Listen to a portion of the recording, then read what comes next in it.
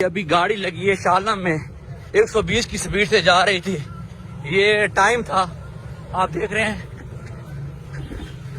इस खबीस ने जो है इस स्पीड से जा रहा, देखें ये शालम अड्डे की पोजीशन है। ये देखें, ये खबीस इस पोजीशन से जा रहा था अड्डे पे। अल्लाह ने बचाया लोगों को। देखते हैं आगे क्या हुआ है। ये टाइम है सर, 120 की स्पीड से जा रहा था। अल्लाह अकबर। ये अड्डे पे ये पोजीशन थी सर।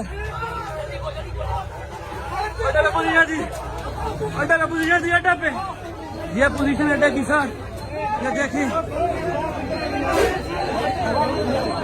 ये पोजीशन है, ये अड्डे की पोजीशन है।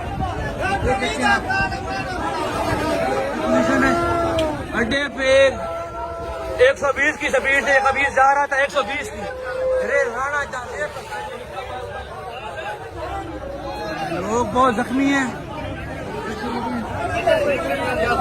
ले आओ उसको, ले आओ उधर, ले आओ।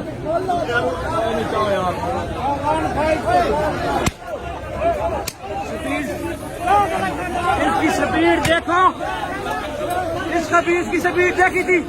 ये अड्डे पे इसकी स्पीड क्या नशा किया हुआ है। शराब पी हुई है, शराब पी हुई है, शराब को शराब पी हुई है, शराब पी हुई है, शराब निकालो उसको बाहर। शराब इसे शराब पी हुई है।